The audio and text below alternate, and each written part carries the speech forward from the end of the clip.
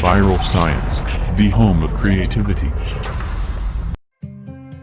Hey friends, welcome back to another video. In today's video I will show you how to make home automation system with Google Firebase.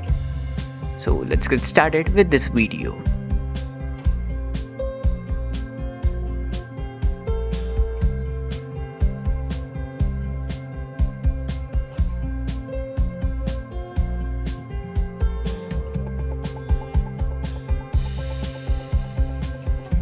This project you will need NodeMCU ESP8266 board, relay module, breadboard, some jumper cables.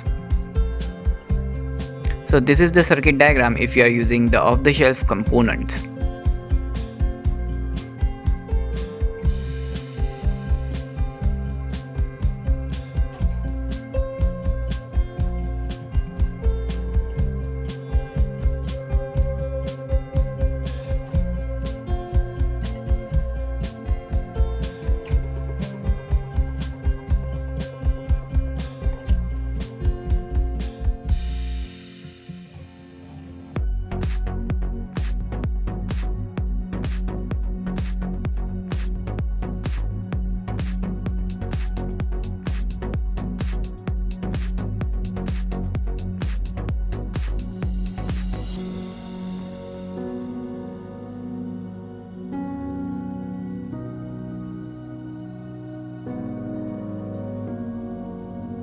To make this system more professional, I have designed a PCB. This is the schematic of our today's project. I have converted it into a PCB file and then I will extract it into a Gerber format so we can order our PCBs. So to order these PCBs, I am visiting jlcpcb.com. So I will click on Quote Now and place my orders. First we will upload the Gerber file on this page.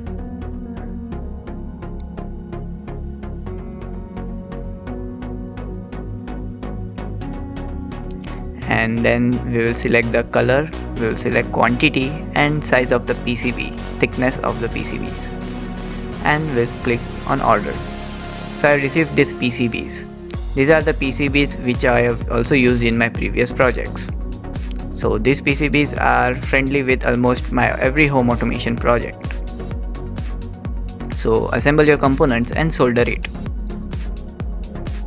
Now we'll connect the NodeMCU board. And now we are ready to program this. So first search for Google Firebase. Open this link.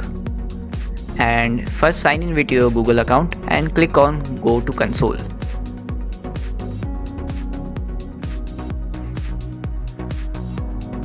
After the page loads, click on Add Project. Give your project a name. I will give Home Automation. You can also give Smart Home Automation or any name you prefer.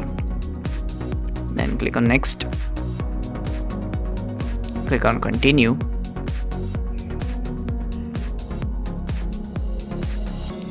Again click on Continue and create a project. This will take a time and your project will be created. Now click on Continue. So this is our project page, Smart Home Automation. Now click on Runtime Database.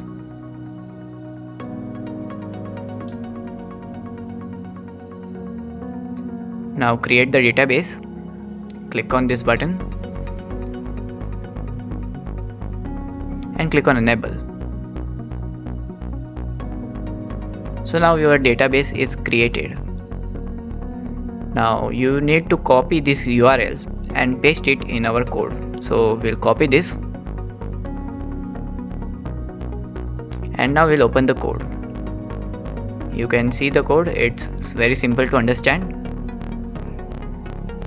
So first we will type the SSID, that is Wi-Fi name, then we'll type the Wi-Fi password over here, and over here we will paste the URL which we copied. And we'll remove this https:// and / from the end. Now we'll get the authentication code. Go to settings.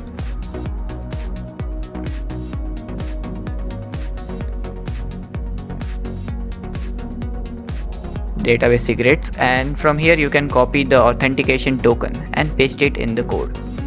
That's it for the code, and you can select the board, that is NodeMCU 12E, and select the port and upload the code.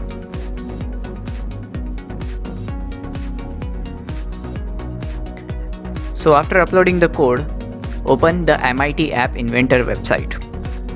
So as you can see, I have created this application with few buttons and some labels. You will get .ai file in the description down below, so you can directly import it and this application will be ready for you. So first we have to add the Firebase URL and token over here. Click on Firebase and we'll add the same token and the URL. Copy this complete URL. You don't need to remove the HTTPS, you need it completely over here. So copy and paste it as it is, and now paste the URL. Now after pasting the URL, you can paste the secret, that is the authentication token. That's it, and now you're ready. Then you can build this app. Click on build and save this application to your computer and transfer it to your smartphone and install it. I will leave some snapshots of the block coding of this application on my website, so you can visit the website, link is in the description down below. So now when you press the button on the mobile application, you can see some changes are done on the real-time database.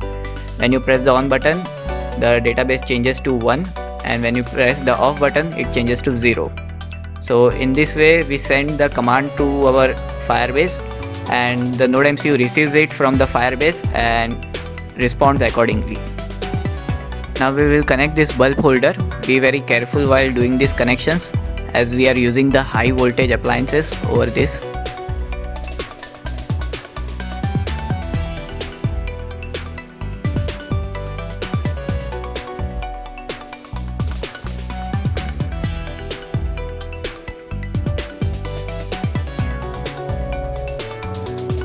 So the connection is done. Similarly, I have connected another bulb holder. So right now I am using 2 such holders, and we'll try to control this with our mobile application. So open the app. When I press on all devices turns on, and you can see the white label is turned to yellow. It means the corresponding device is turned on. So now I'll press device 1 and device 2. You can see it's turned to yellow color. When we press the off button, it again goes back to white color.